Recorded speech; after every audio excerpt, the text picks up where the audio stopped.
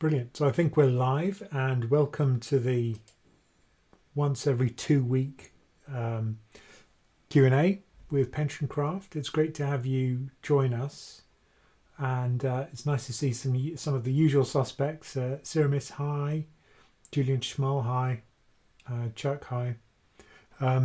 So yeah, obviously everyone's thinking about the election.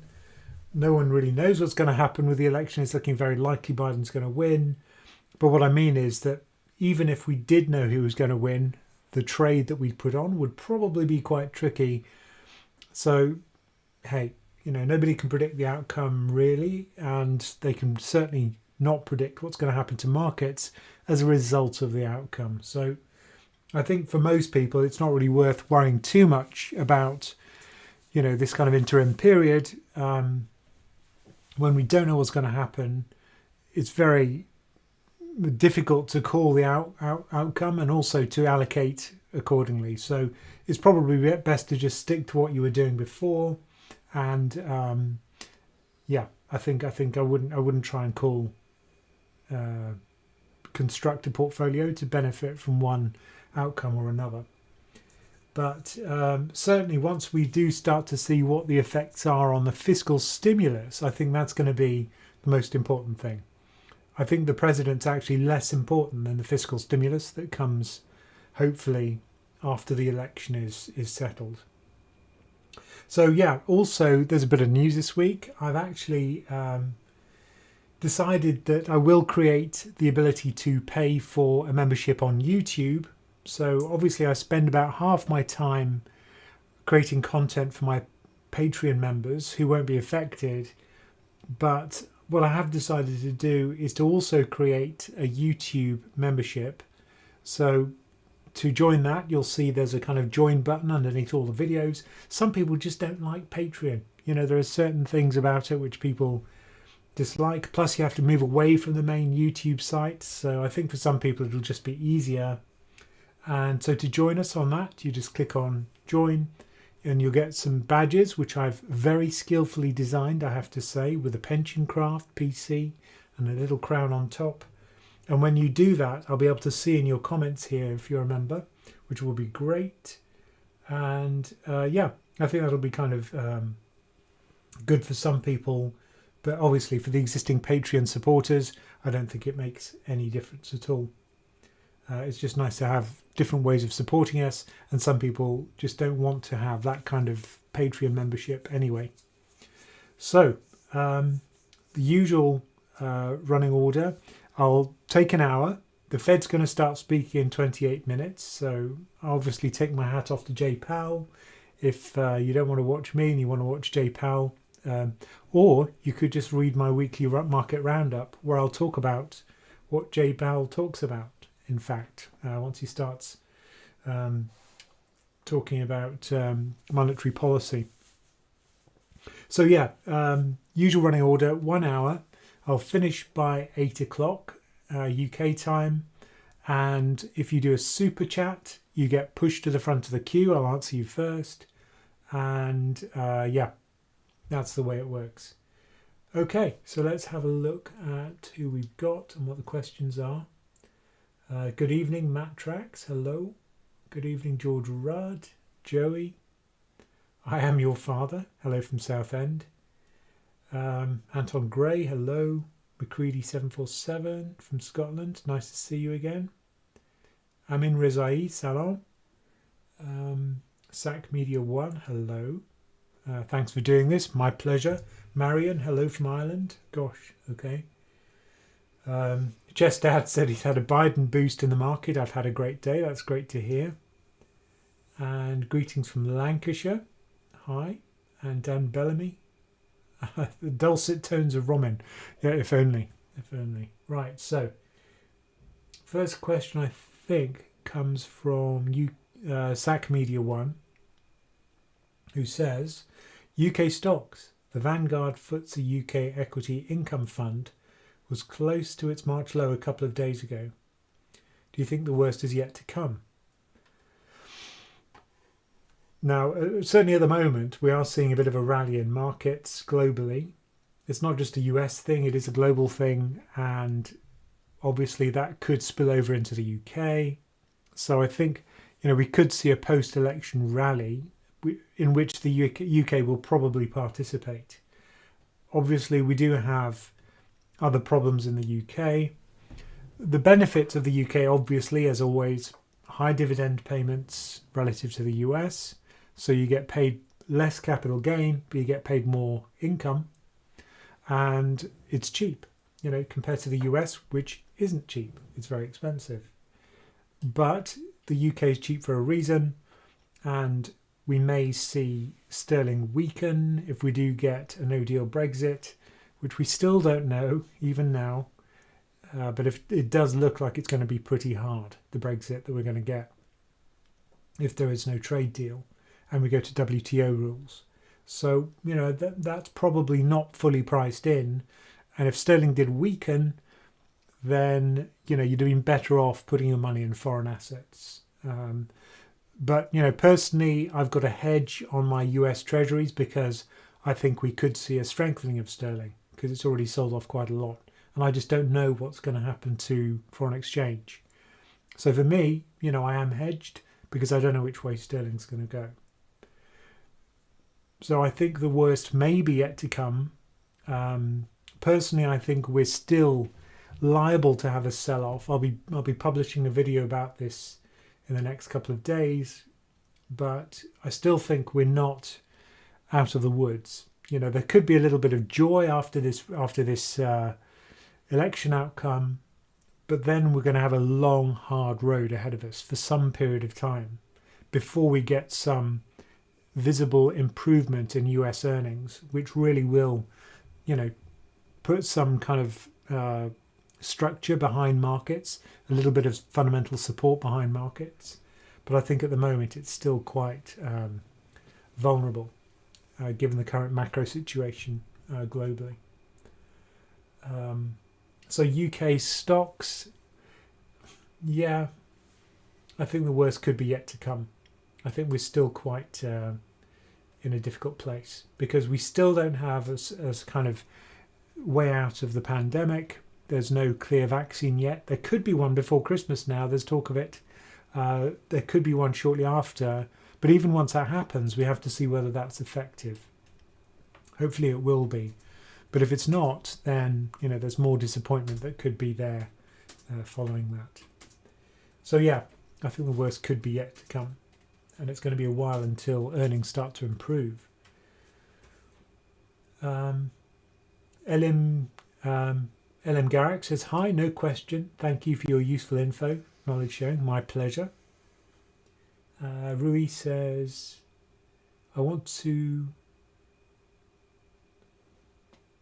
be like you when I too reach 70 years. Well, that's very kind of you. That's very kind of you. Would you believe I'm 80? I've just looked after myself.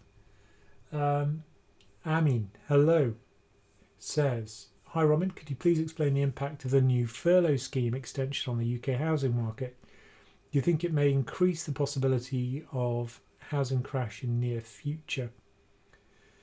I think if anything it'll do the opposite. Obviously if people are less worried about losing their income, that will be supportive for people who currently have to pay a mortgage if they've lost their job, or if they're looking like they might lose their job if there wasn't a furlough scheme.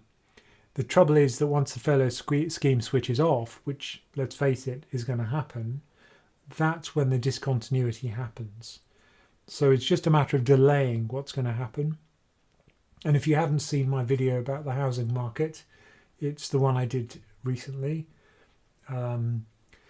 So yeah, I think that actually that'll be supportive if the extension, the furlough extension is obviously a positive for the housing market because it ensures people have their wages, which means layoffs are less likely or less severe, and that's going to be a positive. However, we have seen more redundancies announced over the last week, despite that. So I think we could see more layoffs. We're very likely to see more layoffs because the service sector is still going to be ravaged by this 1 month period, even with a furlough scheme. So I think that's a real problem.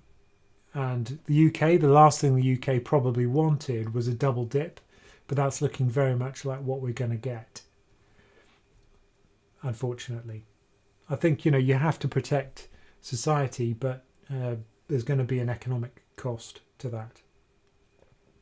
But I think that's not going to help the housing market, even with a furlough scheme. So Rui says hello. Hello, Rui.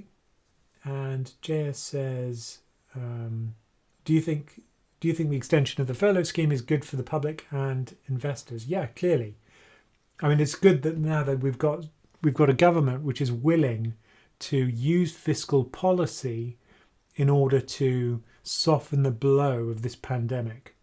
And hopefully what this has taught the UK government is austerity probably isn't a good idea, and that if you do have a debt to GDP of 100%, 120%, it really isn't the end of the world. And austerity maybe isn't such a good idea.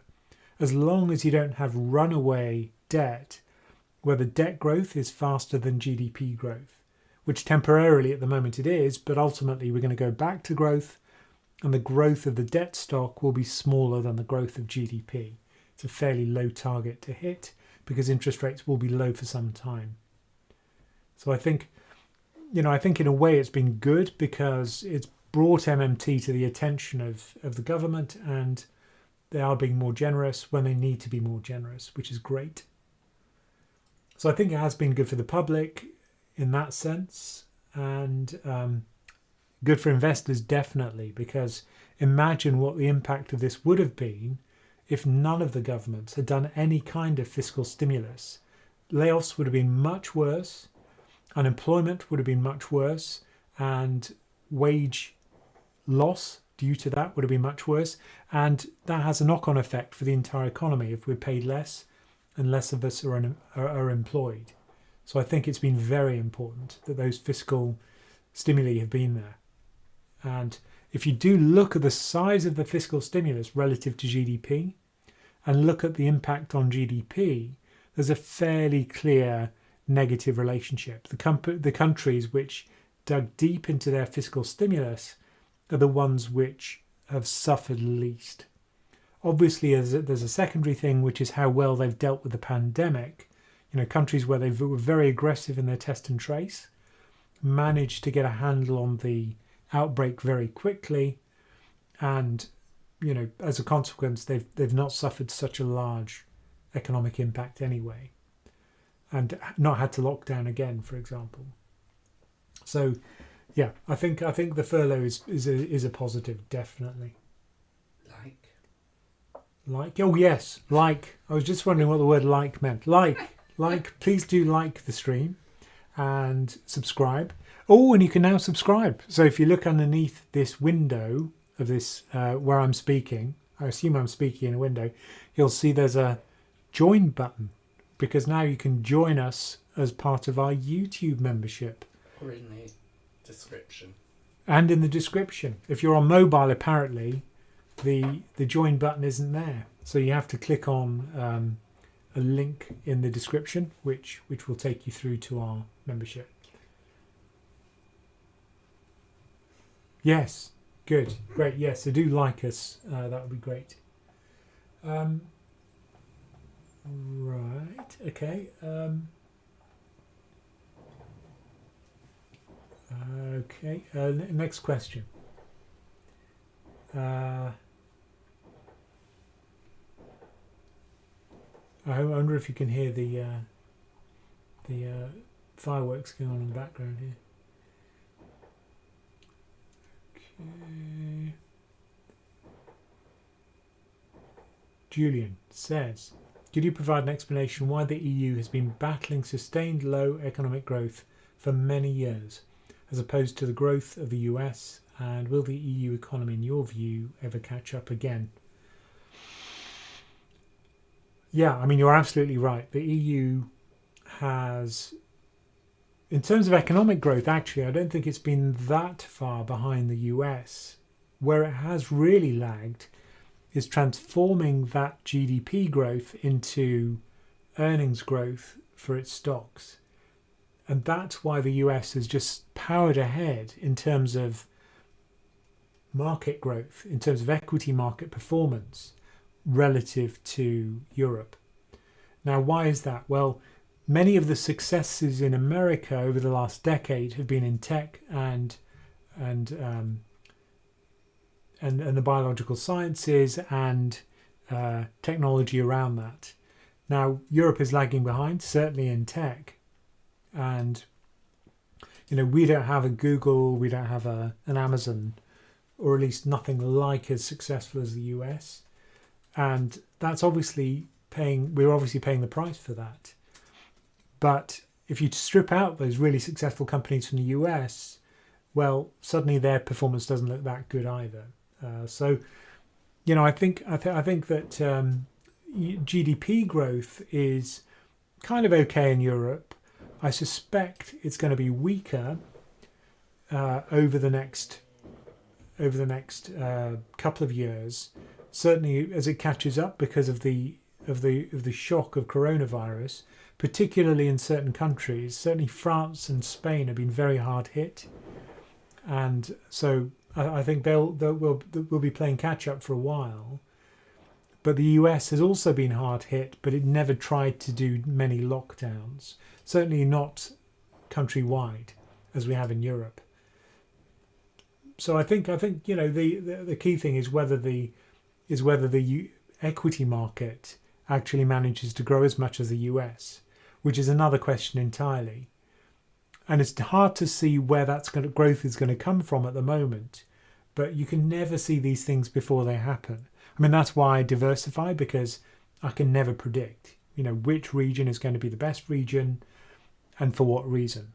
And so that's why I think a diversified approach is usually a good idea for the core of your portfolio.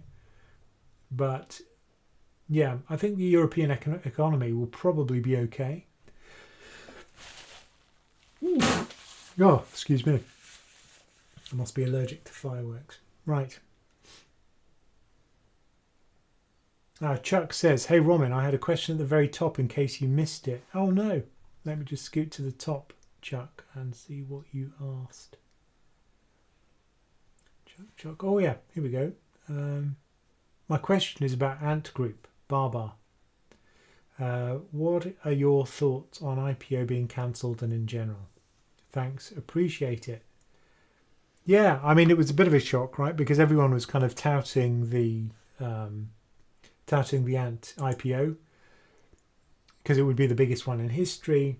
And it's kind of interesting that all of the big IPOs for a while now actually have been in China. We've obviously been preoccupied with the pandemic in Europe and in the US.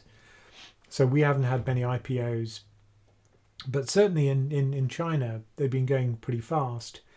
The regulators are the ones which kind of stop this. So they're probably worried about one company having too much market power.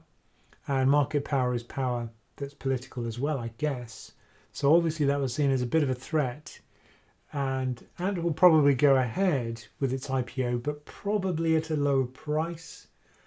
But, usually with the IPOs, it's a kind of lottery ticket type of payoff where, people were kind of given leverage so they could buy more. And generally people overpay for things like lottery ticket assets. And by lottery ticket, I mean things which have a potentially very large payoff with a low probability. And that would be things like options, or it could be things like leveraged assets. Anything where you're taking a lot of risk. Generally people pay too much for that low probability, high return. And they certainly do for gambling, right? I mean, people pay for a lottery ticket, even though you're more likely to die before you actually go and pick up your lottery ticket if you're my age. So I think people have this mental difficulty with assessing the low probability outcomes and what they're worth. And IPOs are a really nice example of that. Another one is private equity, where people tend to overpay for private equity. I think it's kind of interesting that it has not gone through, and it's interesting to see the reasons why. I think there's definitely a political angle to that, but eventually it will happen, I think. amazing in terms of its reach, that company. It's really interesting to read about. But yeah, not many IPOs going on in Europe at the moment. Okay. Let me scoot down to where we were. Here we go. Slava says, "Hi Ramin, what's your opinion on why the stock market grows so fast in the last few days?" Well, I think one of the things is that it's been quite funny to read actually, because if you look at the journalists, leading up into this election, as it became clearer that Biden had a reasonable chance, everyone was talking about a blue wave, and just heard blue wave, blue wave, blue wave on the media.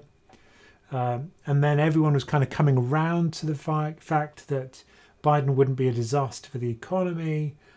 And they were talking about reflation trade, and they were talking about the rally that would happen if he managed to control the Senate and the House. But what's funny is that as it's become clear that he's probably not going to control the Senate, Biden probably will win, but he won't control the Senate. The blue sweep thing's gone away, but markets rallied anyway. So suddenly all the kind of lead writers had to go back to their keyboards and type up a new narrative, probably a false narrative, let's face it, as to why that was good for the equity market. So, I think over the space of a week, who knows what's driving markets? It can be so many things. It can be, quarterly rebalancing. It can be, new entrants to the market. It can be, all sorts of factors which you may not realize immediately. Even people on the trading desk, sometimes you ask them, you say, what's going on? Why is everyone buying? And, they say, we don't know. They're just more buyers than sellers. So I wouldn't try and second guess the reasons for it, because it's a fool's errand. And really, you don't need to know. All you need to do is kind of think long term. Think long term. Don't try and explain markets short term, even for things like political risk, which are the most difficult things to call. So to answer your question, I don't know. I don't know what it is. Maybe people are happy with the outcome, and they think that, at least the narrative I've read today in the FT, for what it's worth, is that it's actually a good thing that Trump, Biden won't be able to kind of unwind a lot of what Trump's done in a radical way, particularly the corporate tax cuts. Obviously, that would be a drawback for US equity, because higher taxes, and he was talking about a 7% tax increase, corporate tax increase, that would be a drag on profits in the US. So if that doesn't happen because it's less likely to pass through the Senate, then that's seen as a positive. But, this narrative has changed daily, so I wouldn't put too much store by it. Sylvia81 says, "Hi Ramin, do you think it's better to keep cash to buy a house or to invest? Government is printing money, and it feels like this endless journey to wait for house prices to crash. I live in the UK." Yeah, I feel your pain, Sylvia, because we're in a similar situation. We've sold our houses and we're renting currently, and we would like prices to come down. But it's tempting to invest the money. But if you do need the money over the short term, you probably don't want to do that, because if you're imminently wanting to buy in the next year or so, then you could get a drawdown in equity markets over that period, in which case you suddenly won't have a deposit, and that's not what you want. So I'd say, if you're going to be buying the house in 10 years' time, put it in the equity market rather than keep it in cash. But if you do need it in the next 5 years or less, probably you want to be more careful. Probably cash is better, or maybe short duration government bonds, something like that. But it does feel like an endless journey, particularly if you're waiting for things to crash, and it may take some time for that to happen. VJ. Oh, remember, you can super chat if you want to jump to the front of the queue. Like the stream, like it, please, because We have 250 concurrent viewers and only 86 likes. Surely you like us more than that, don't you? So please do like us, and you can actually join our membership. So you can click on the join button under the window and join and support us on YouTube. We now have a YouTube membership. Okay. VJ says, how about hedging long duration UK gilt fund? Now, I think what you mean by that, VJ, is do long duration UK gilt funds hedge? And I'm guessing you mean hedge equity. And my answer would be yes, they do. So long duration gains more when equity falls. So that's why it's a better equity hedge. However, it's more volatile, which means that it may itself crash if either the yield curve moves up or inflation increases. So that's the danger of long duration, a long duration gilt fund. But I've got one. So 40% of my portfolio is in long duration gilts. 40% is in US treasuries, not long duration, but sterling hedged, and 20% in minimum volatility global equity. How about, oh no, here we go. Andrew Bowden says, if you were overweight in one area, UK equity, would you sell at a loss to rebalance or wait until it was positive before selling? Interesting. So the way to think of this, Andrew, it's difficult because if you've got a losing position, you always have to think with a fresh mind. Don't have any kind of emotional attachment to the equity or the region because it's about returns, yeah?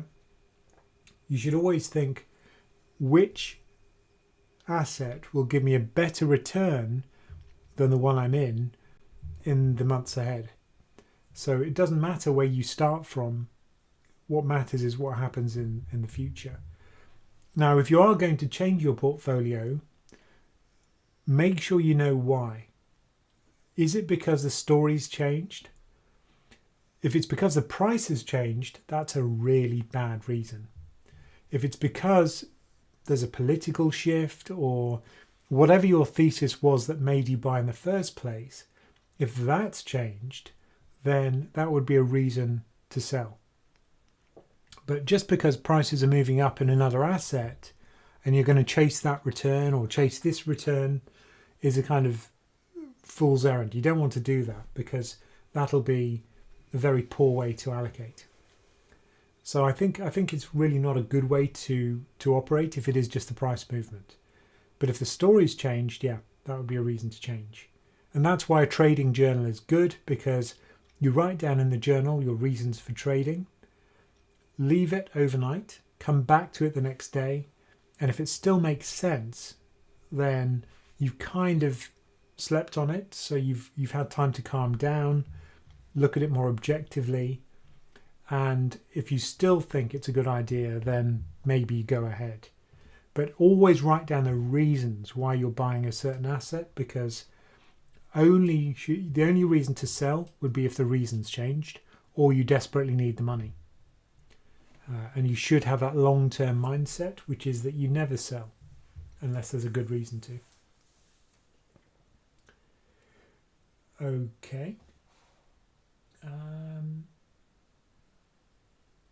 But rebalancing, yeah, I mean, that's a good reason to change your allocation.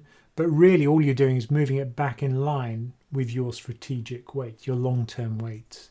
So rebalancing isn't really a fundamental change in your portfolio. It's just putting things back into order in terms of how you want your exposure to be. So rebalancing, you don't have to do very often, maybe every 3 months, every 6 months, every year, if that.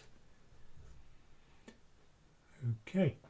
Dillian Dokov says, hello. What do you think is the impact of the Turkish central bank selling gold and the future of their currency? So let's have a quick look at Turkish lira. So I can share my screen. Just give me 1 second to do this. Yeah, here we go. I'll bring up a chart and I'll share my screen. And it's picture in picture. Here we go. So this is the peso. This is the real. This is the renminbi, Hong Kong dollar, Indonesian rupiah, Indian rupee, Mexican peso, Russian ruble, and Turkish lira. So what you've probably seen as we kind of scoot through those different currencies is that the Turkish lira is probably the one that sold off the most. But certainly year to date, if I sort by percent change year to date, the one that sold off the most is the Turkish lira, which has lost 42% year to date. The real has lost 38%. Now, some of the reason for that for Turkey is obviously their unconventional central bank policy.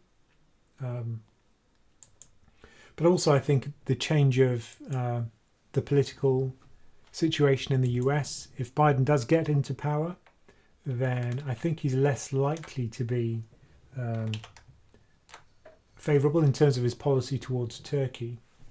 And I think it's pretty clear if you look across currencies that political shift is driving a lot of the currencies. So the renminbi strengthened, the Turkish lira has weakened, the Russian rubles weakened versus the dollar.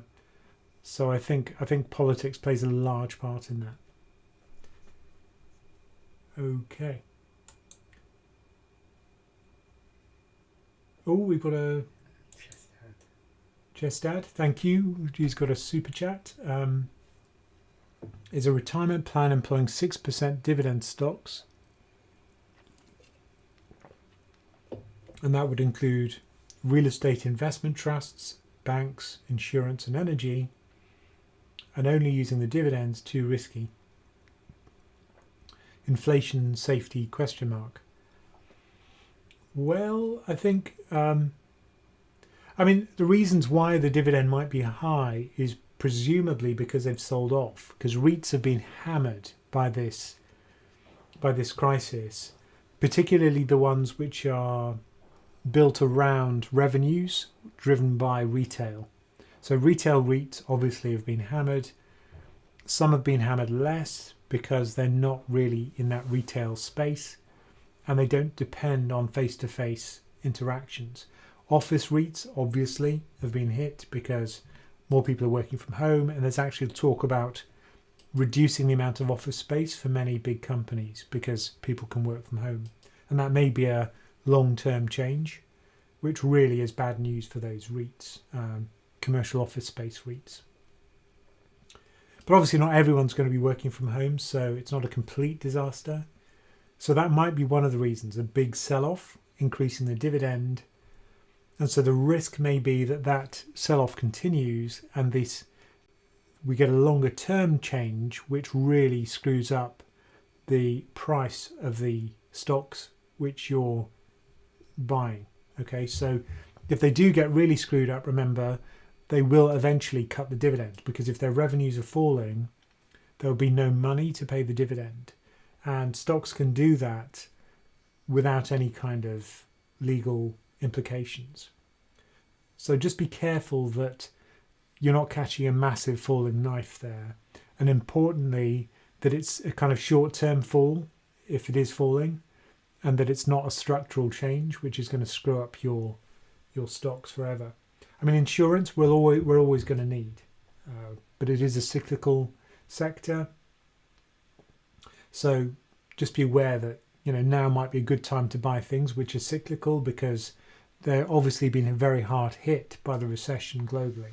And that includes banks, financials, energy, harder to call because many energy companies assume that the price of oil will be above a certain amount, or the price of gas will be above a certain amount, and they have a break-even price, And if they don't meet that break even, which they don't control, remember, they generate a loss. So just make sure that you know what the break even is for the companies you're buying, and it's not at threat. It's not under threat. So it really depends on the sector. There are very different stories for those different sectors. But it's certainly risky. Yeah, I mean, that's a very risky dividend if it's in one of those structurally affected sectors. And by structural, that's just kind of shorthand for long term and potentially perpetual change. Inflation safety, yeah, I mean, that stocks to a certain extent are inflation hedges as long as inflation doesn't get above about 5% when they start to derate quite severely. So they provide a limited inflation hedge, but if you do want a proper inflation hedge, you have to go for your country's inflation-linked bonds. There's no choice, really. You don't want to diversify your inflation-linked bonds. So I hope that was useful. Oh yes, please do like our stream. We're halfway through, and we've got about 287 viewers and only 137 likes. So please do like the stream, it helps us. And also think about becoming a supporter. You can join our community on YouTube now. You just click on the join button just underneath this screen. So underneath the window where I'm speaking, there should be a join button. And somebody says happy Guy Fawkes Day. Thank you. Someone says, yes, the media. Excellent. Where are we? Yes.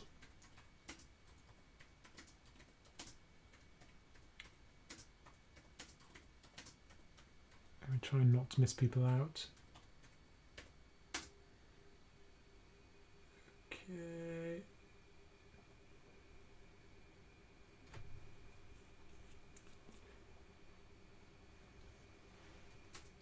Chuck, my question was on Ant Group IPO. Yep.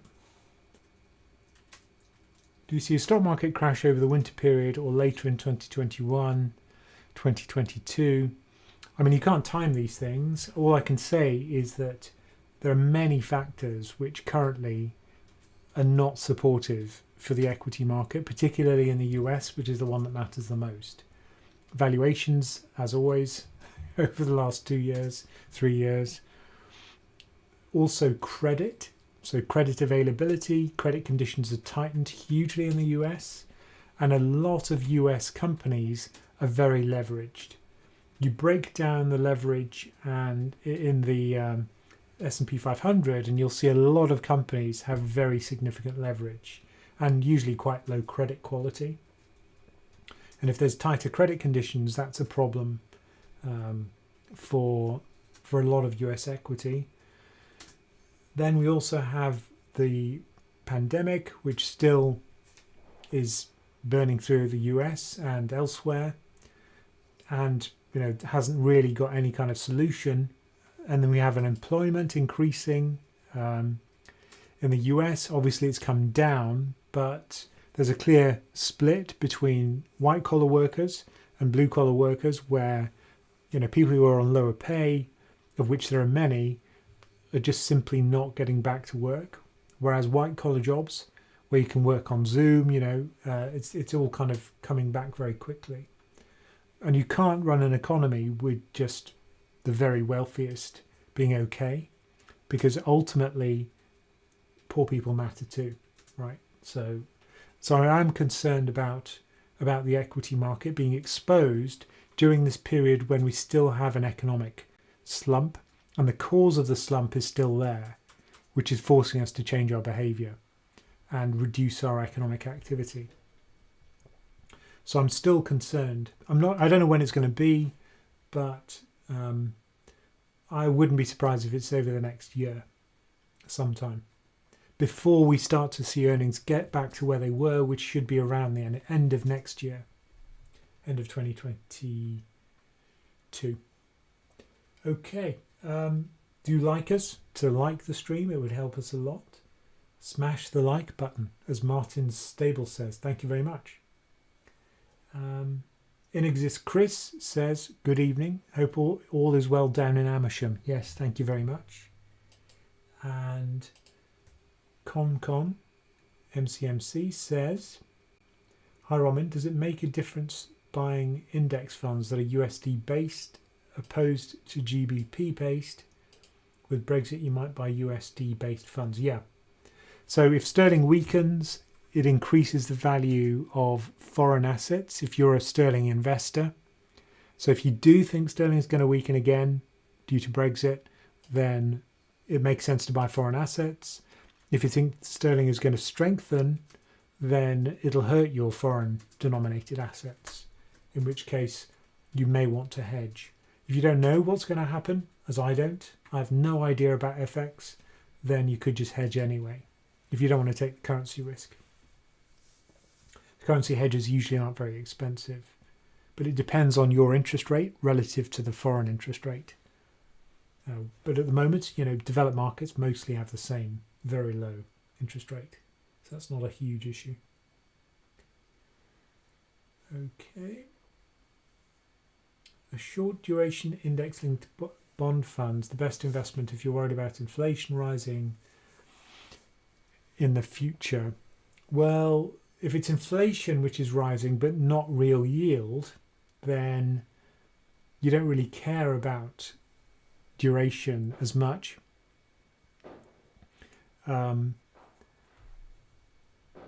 But if it is real yields which is rising, in other words, the yield curve with inflation subtracted, then you don't want duration. So, that's probably the way to think about it. Short duration is important because it has low volatility.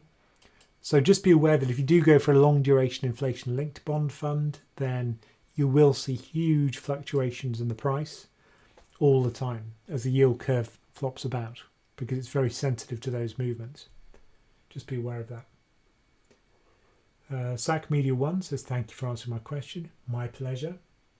Andrew says, would you be able to explain hybrid corporate bonds? Sure.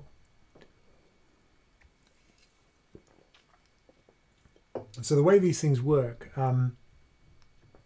now this is an idea called capital structure, but the idea is that so you've got bonds, you've got equity, and if a company goes bust, usually the bondholders, they sell all of their assets. If the company's liquidated, they sell all their assets, and then they pay off the people who've given them their money, because remember, a company is just a way of organizing capital. So the people they pay off first are the bondholders. And then there's a sub-breakdown of the bondholders into senior and subordinated. They pay off the senior bondholders first, then they pay off the junior bondholders. And if there's any money left, there never is, they'll pay off the equity holders. So the equity people will lose everything, probably. Their value will go to zero, whereas the senior bondholders usually get back, if it's an investment grade company, maybe 40% of their money. But hybrid bonds, the idea is that it's kind of intermediate between bonds, which have got a finite lifetime, and equity, which has a perpetual lifetime. It's kind of intermediate between those two, in the sense that for a bond you have to make every payment, otherwise the issuer becomes bankrupt if they don't pay one of the coupons. With equity, if you miss one of the dividends, it doesn't really matter. So the kind of hybrid bonds sit between those two things. It has some of the aspects of debt, some of the aspects of equity. And also in terms of risk, you'll probably have a very large loss if the company liquidates, but not as much as the equity. But you'll probably still make a big loss. But consequently, you get paid a very high income for taking that credit risk, and the lower recovery rate that you get with hybrid debt. So, yeah, it's a really interesting topic, hybrid debt, but quite specialized. You probably don't have as much liquidity in hybrid debt, but if you are looking to increase your yield, Then another thing to look at is preferred equity, which is also intermediate on the capital structure. So, take a look at that, but certainly do your research, because it's less liquid than normal equity, and if there is a company that goes into bankruptcy or liquidation, then you could lose everything. Just be aware of that. There's no return without risk. Okay. A short duration index, yeah, we've already had that one. Okay. Anyone have any idea about what will happen to FTSE right after Brexit without a deal? Okay, I can be fairly confident that it wouldn't be good. Hi Ramin, what do you make out with the trend of central bank digital currencies rhetoric by central banks and the IMF? Yeah, I mean, if you listen to the Odd Lots podcast, there was a recent episode, I think it was like the one before last, where they actually had a central banker who used to work at the ECB who was talking about it. And just listening to him describe it, I was thinking, well, why on earth would you want to have that? Because a lot of the arguments for having a cryptocurrency are things like, libertarian arguments, or things about not having a centralized ledger. But the whole point of a central bank digital currency is that it does allow them to control the supply of money, the central bank. And in order to do that, many of the attributes of a cryptocurrency no longer apply. So I'd be thinking, what's the requirement for that? Who is it that wants this? Or is it just central bankers wanting to get in on the act and effectively stop the creation of digital currencies where they can't have any control via monetary policy? Because let's face it, if things like Bitcoin and its competitors were ever to threaten monetary sovereignty, then that's the kind of situation in which central authorities would probably clamp down on it. At the moment, it's still small enough that it kind of flies under the radar, but the minute that it threatens seigniorage or the ability to have an effective monetary policy, you bet they'll clamp down on cryptocurrencies. So I think this may be another way of taking back control of monetary policy from central banks. But really, I can't see much of the point for central bank digital currencies. Maybe I've misunderstood the topic. Maybe I should re-listen to that podcast. But I wasn't convinced, I have to say. Short of a nuclear war, James says. Short of a nuclear war, will anything halt the ever-rising S&P 500? Yes, at some point it will crash. It always crashes, but long term, I think it will carry on growing. You have to be optimistic about equity because usually it carries on increasing in price.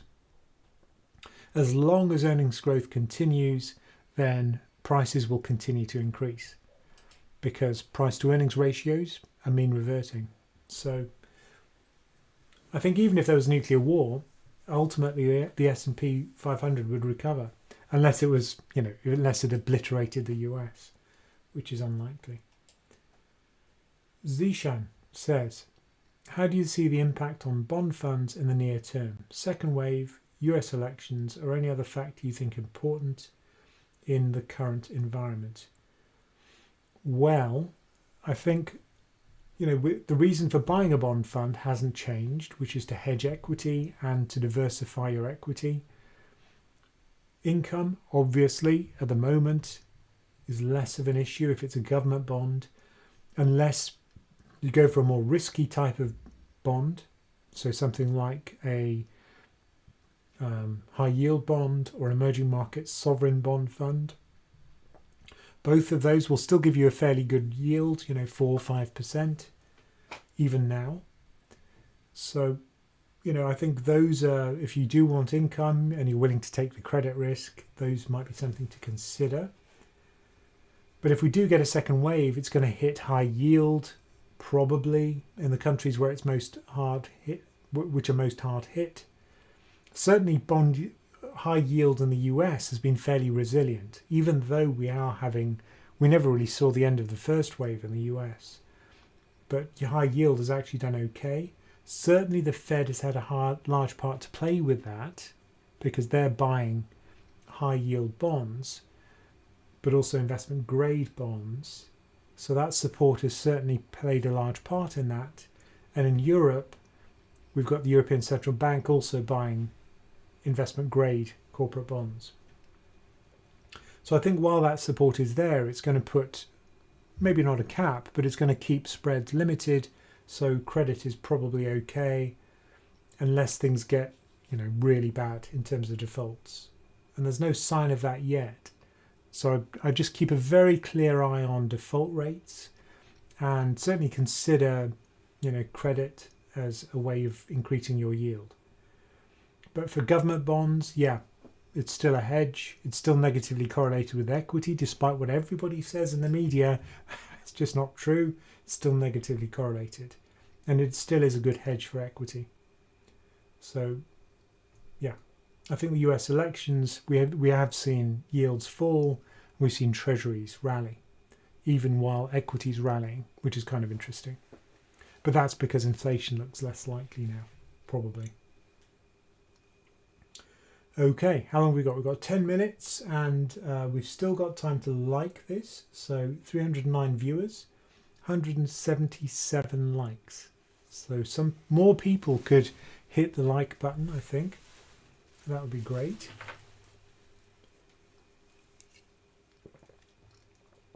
Randeep says, would it be possible to not have fiscal stimulus, but instead piggyback on other countries doing it and still benefit without the debt? Interesting. I think it's possible you could do that. And to some extent, fiscal policy does spill over. But if it's something like furlough schemes, well, there's no way that the US is going to pay for Canadians to have a furlough scheme, right? It's just not going to happen. So indirectly, the fiscal stimulus helps other countries in the sense that it stops unemployment to the countries you export to, which means there's still demand for your goods and services in that country. So indirectly, you're benefiting from the fiscal stimulus. But I think you can't just say, I won't do any fiscal stimulus because all of our neighbours are, so we'll probably be fine. No, it doesn't work that way. So I think it does benefit everyone if we have fiscal stimulus, but it helps your own people most, depending on how it's targeted, of course. Zach Media says, 45 years old, investing long-term 15 to 20 years. How would you go for dividend or growth funds, or a mixture of two? If so, what percentage? Well, yeah, I think if you want, I guess with all of these factor investing approaches, you have to kind of do your own research, find a style you're happy with. Often the dividend paying stocks are the ones which are quite boring and which give you less capital gain. Growth will give you more excitement, but people tend to overpay for growth, and they're certainly overpaying at the moment. Over the last decade, we've seen that huge growth rally.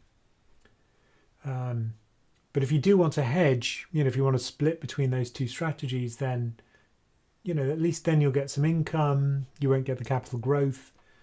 Really, it depends on your particular style and also your psychology from a certain point of view. Because, if you're the kind of person that likes low volatility and kind of almost predictable gains, then maybe the dividend approach is better. Particularly, you can go for things like low volatility, high dividend stocks. And there are funds which let you get exposure to that, which might be something to consider. Or if you do want a bit more excitement, you could go for the growth strategy. And usually younger people would go for that. And obviously I'm not a young person, so dividend would probably be more appealing to me. But really it's your your style that matters. So we've got a super chat from Xavier. Hi Ramin, loving your work. Thank you, Xavier. For 5 to 10 years, lifetime ISA to buy first home. Thoughts on HSBC Global Strategy, 40% equity, 60% bonds. Too risky or reasonable? So 5 to 10 years, 40% equity. Yeah, I mean, that sounds about right. If you look at Life Strategy's homepage on Vanguard, they do give rough time periods for different equity allocations, and I think the 40% is about 5 years or less. So yeah, that sounds about right, because the drawdown over that kind of period will be fairly limited. Even if we do get a big equity sell-off, you'll only get 40% of that sell-off if you're at 40% in equity. So yeah, I mean, I think that sounds reasonable. You could be unlucky, of course. If you are putting your capital at risk, you could be unlucky and we could get an equity and bond drawdown, but that's very unusual. So yeah, I think that sounds pretty reasonable in terms of risk and investment horizon.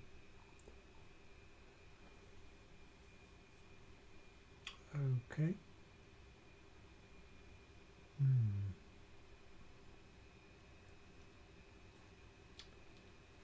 So, part-time punker. How are we doing for time? We've got 5 minutes, so we're running out of time, unfortunately. Part-time punker says, any insights, comments regarding big tech or fintech disrupting the asset management sector? How would the largest AUM managers position to defend against tech's competitive advantage? Interesting. I mean, you can already see that there's going to be huge consolidation in the fintech sector for asset managers, because I mean, you've just got to look at the Financial Times. Just open up the funds section and you'll just see thousands of active funds.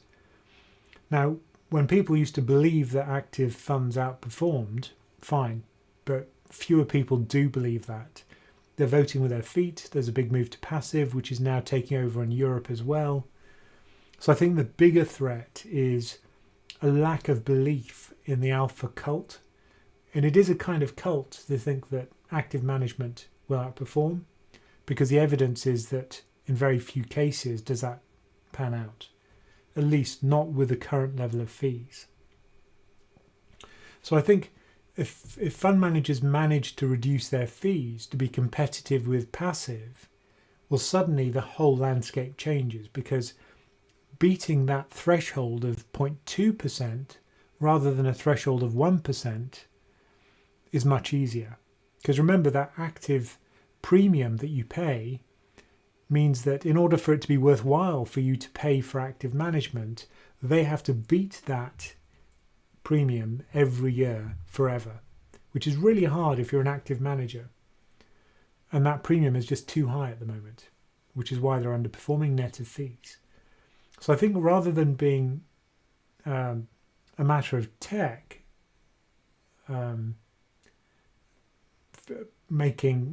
being a competitor to asset management, I think it's more a matter of a change of fee structure. I think they've got to change their fee structure, either make it performance dependent or just reduce it. You know, feel the Vanguard effect, wake up and see that you're going to lose out unless your fees are lower. But obviously for us as investors, it's a good thing, because, you know, we have to pay those active management fees if we want an active fund. So I think, yeah, I think it's going to have to change, but we'll see. You know, it's going to be a long-term change. Okay, be interesting to see what effect a Biden win will have on Brexit and the UK economy in general. Yeah, I think obviously Biden is kind of more concerned with what's going to happen to the peace process in Ireland, and if that's the case, then, you know, I'd be concerned about the current situation where there will be effectively a border in Ireland, that'll probably not wash with the new administration. Remember, a lot of the Democrats do have Irish American ancestry, and there's kind of no love lost with the English if that's the case. So that is a concern, and I think a lot of people in Parliament are having to reconsider their relationship with the US as a result of this political shift. It's taken a very long time for any of the UK politicians, for example, to start to talk about Biden leading in the polls, which is quite interesting. So I certainly think it's going to be a problem for the UK. United Freedom says gaming, crypto and NFTs, non-tangible assets. Is that a question? Okay, how are we doing? Oh, it's 8 o'clock, so I'll probably stop it there. I'm sorry if I didn't answer your question, but thank you all for joining us. It's been a pleasure. Brilliant questions again. Thank you. Do like it. There's still time to like it for the 300 people still watching. And please do think about joining our YouTube membership. So now we have a join button. So if you do want to support us without touching Patreon, it's all within YouTube. It's very easy. Just click on join. It'll be underneath all our videos from now on. Or why not join us on Patreon? You know. Get Teddy to say bye-bye. Oh yes, Teddy. You're going to do a trick. Oh, you've woken up. Right, so we're going to have to give you a treat, I think. I don't have any treats. Yes, here we go. So it's got to be the obligatory begging. Teddy. So don't forget that if you support us, then Teddy gets treats. Oh, well done. Very good. So anyway, have a great week, everyone. And thank you for joining us. And hopefully we'll see you as a member of the community, or perhaps you'll support us on YouTube, however you like to do it. And thank you for your time. Now it's time to go and watch Jerome Powell talking about monetary policy. Have a great week, everyone.